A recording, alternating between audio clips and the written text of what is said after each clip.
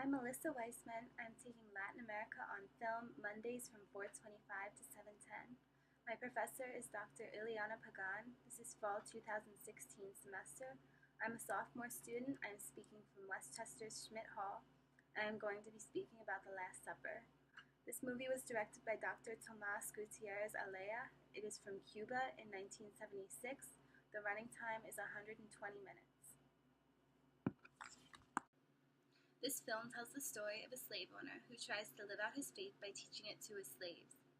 However, when he does not allow them to practice in this faith, the slaves revolt, and this leads to an extreme amount of violence across the entire sugar mill. This film explores Christianity and its underlying roles in capitalism throughout American history.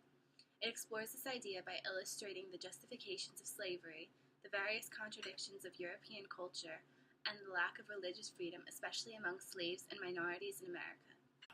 In the film The Last Supper, Dr. Tomás Gutiérrez Alea illustrates that slavery consisted of extreme violence, which contradicted the faith that many slave owners claimed to be practicing and trying to spread. This idea is truly illustrated in the final scene of The Last Supper. I titled this scene The True Disciples because, unlike how the slave owner perceives the world, he was the one who ordered people to be killed for standing up for themselves and for their beliefs. In this scene, we see people who worked on the sugar mill standing in a circle with the slave owner in the center and the heads of his chosen slaves mounted high on sticks on the outside of the circle.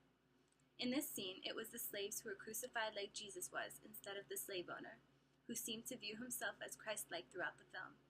Instead of him being like Jesus, the slaves were the ones who resembled him more. One visual element that is noticeable is the use of neutral colors for everyone's clothing except for the slave owner, who is wearing red, showing his desire to always be the central figure that people look to. The camera perspective is panoramic and slightly above eye level, providing an omniscient view, which allows us to view the true entirety of the situation. In my opinion, the scene's strongest filmic element is empathy. Respect for those who have died is nearly universal among cultures all over the world and is fairly unique to humans. By showing the heads of slaves mounted on sticks, we are shown the inhumanity of those who own slaves, and empathy is inspired for the fellow slaves who are there. By having a slave owner use Christianity to justify owning slaves and attempt to inspire fear in slaves to provide a sense of security for himself, we can see a fairly realistic example of how Christianity is so involved in capitalism and has been for so long.